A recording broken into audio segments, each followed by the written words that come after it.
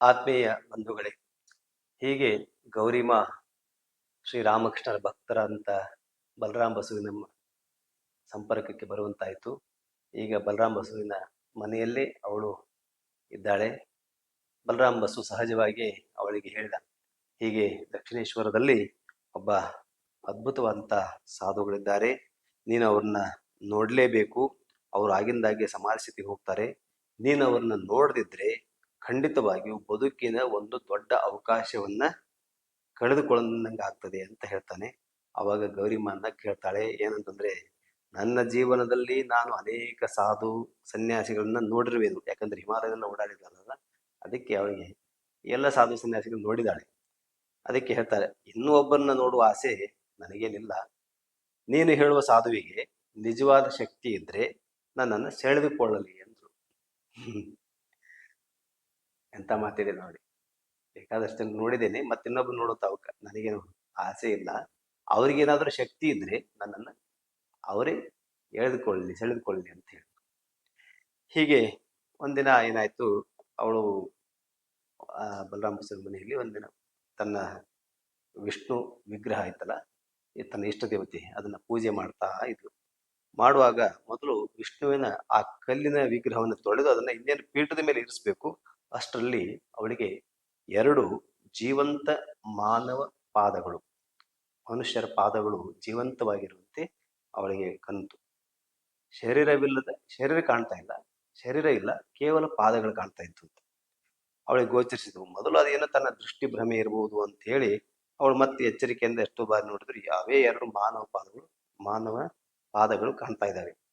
ಅಲ್ಲಿ ಆ ಗೌರಿಮಾಳಿಗೆ ಅದು ನೋಡಿ ಹೆದರಿಕೆ ಆಯ್ತು. ಯಾಕಂದ್ರೆ ಬರೀ ಪಾದ ಅಷ್ಟೇ ಕಾಣ್ತಾ ಇದೆ, ಶರೀರ ಕಾಣ್ತಾ ಇಲ್ಲ, ಅದು ನಿಜವಾದ ಪಾದಗಳು. ಅವಳ ಮೈಗೂದಲುಗಳೆಲ್ಲ ನಿಮಿರು ನಿಂತು ರೋಮಾಂಚನ ಆಯ್ತು. ಅವಳು ಕೂಡ ಬಾಹ್ಯ ಪ್ರಜ್ಞೆ ತಪ್ಪಿ ನೆಲದ ಮೇಲೆ ಹೊರಗ್ತಾಳೆ. ತನ್ನ ಕೈಯಲ್ಲಿದ್ದಂತಹ ವಿಗ್ರಹವನ್ನ ಕೆಳಗೆ ಬಿದ್ದು ಹೋಗುತ್ತೆ.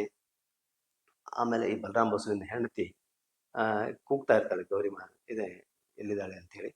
ಅವಾಗ ಇವಳ ಕಡೆಯಿಂದ ಏನೋ ಸ್ಪಂದನೆ ಬರದಿದ್ದಾಗ ಬಂದು ನೋಡ್ತಾಳೆ, ಇವಳು ಬಾಹ್ಯ ಪ್ರಜ್ಞೆಯನ್ನು ಕಳ್ಕೊಂಡು ಈಗ ನೆಲದ ಮೇಲೆ ಬಿದ್ಕೊಂಡ್ಬಿಟ್ಟಿರ್ತಾಳೆ. ಅದು ನೋಡಿ ಮತ್ತೆ ಬಲರಾಮ ಬಾಬು ಬರ್ತಾನೆ. ಬಂದಾಗ ಅವನಿಗೆ ಗೊತ್ತಾಗತ್ತೆ, ಇದು ಸಮಾಧಿ ಸ್ಥಿತಿಗೆ ಹೋಗಿದ್ದಾಳೆ ಗೌರಿಮಾ ಅಂತ ಹೇಳಿ ಆ ಬಲರಾಮ ಬಸುವಿಗೆ ಗೊತ್ತಾಗತ್ತೆ. ಆಮೇಲೆ ಅವರು ಹೀಗೆ ಅವಳಿಗೆ ಪ್ರಜ್ಞೆ ಬಂದ ಮೇಲೆ ಒಂದು ಕೆಲವು ಗಂಟೆಗಳಾದ್ಮೇಲೆ ಪ್ರಜ್ಞೆ ಬರುತ್ತೆ. ಆವಾಗ ಏನು ಉತ್ತರ ಇರಲ್ಲ. ಆವಾಗ ಆ ಗೌರಿಮಾ ತನ್ನ ಹೃದಯದ ಕಡೆಗೆ ಕೈ ತೋರಿಸಿದಳಂತೆ. ಯಾರೋ ತನ್ನ ಹೃದಯವನ್ನ ದಾರ ಕಟ್ಟಿ ಎಳೆಯುತ್ತಿರುವರು ಎಂದು ಅವಳ ಅನಿಸಿಕೆ ಅಂತ ಅವಳಿಗೆ ಹೇಳಿದ್ಲು. ನನ್ನ ಹೃದಯವನ್ನು ಯಾರೋ ದಾರ ಕಟ್ಟಿ ಎಳೆದಾಗ ಅನಿಸ್ತಾ ಇದೆ.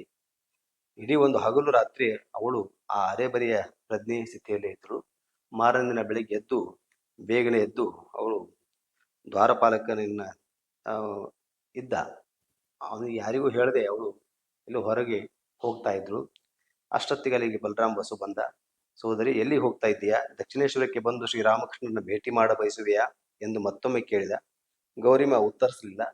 ಅವಳ ಮೌನವನ್ನೇ ಒಪ್ಪಿಗೆ ಇರಬಹುದು, ಸಮ್ಮತಿ ಅಂತ ಅವನು ಭಾವಿಸಿಕೊಂಡು ಒಂದು ಸಾರೋಟನ್ನ ತಕ್ಷಣವೇ ಕರೆಸಿ ಆ ಸಾರೋಟಿನಲ್ಲಿ ಅವಳನ್ನು ಮತ್ತಿತರ ಸ್ತ್ರೀ ಭಕ್ತರೊಡನೆ ಅಲ್ಲಿಗೆ ದಕ್ಷಿಣೇಶ್ವರಕ್ಕೆ ಕರೆದುಕೊಂಡು ಹೋಗ್ತಾನೆ. ಅಲ್ಲಿ ದಕ್ಷಿಣೇಶ್ವರದಲ್ಲಿ ಶ್ರೀರಾಮಕೃಷ್ಣ ಏನ್ ಮಾಡ್ತಾ ಇದ್ದಾರೆ ಅಂದ್ರೆ, ಒಂದು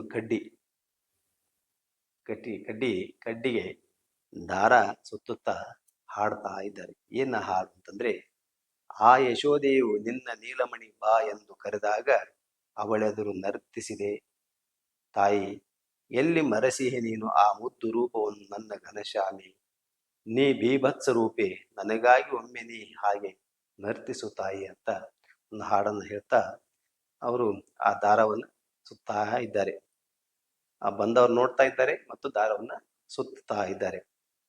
ಈ ದಾರ ಸುತ್ತುವ ಪ್ರಕ್ರಿಯೆ ಮೂಲಕ ಶ್ರೀರಾಮಕೃಷ್ಣರು ತನ್ನ ಹೃದಯವನ್ನ ಆಕರ್ಷಿಸಿರುವರೆಂದು ಗೌರಿಮಾ ಅರ್ಥ ಮಾಡಿಕೊಂಡಳು. ನಂತರ ಅವಳು ಶ್ರೀರಾಮಕೃಷ್ಣರಿಗೆ ನಮಿಸಿದಾಗ ಅವಳಿಗೆ ಹಿಂದಿನ ದಿನ ಪೀಠದ ಮೇಲೆ ಕಾಣಿಸಿಕೊಂಡಿದ್ದ ಪಾದಗಳು, ಶ್ರೀರಾಮಕೃಷ್ಣರ ಪಾದಕ್ಕೆ ನಮಸ್ಕಾರ ಮಾಡಿದಾಗ ಅವಳಿಗೆ ಹಿಂದಿನ ದಿನ ಅಲ್ಲಿ ಜೀವಂತ ಮನುಷ್ಯರ ಪಾದಗಳು ಕಂಡಿದ್ದಲ್ಲ ಪೂಜೆಯ ಸಮಯದಲ್ಲಿ ಪೀಠದ ಮೇಲೆ.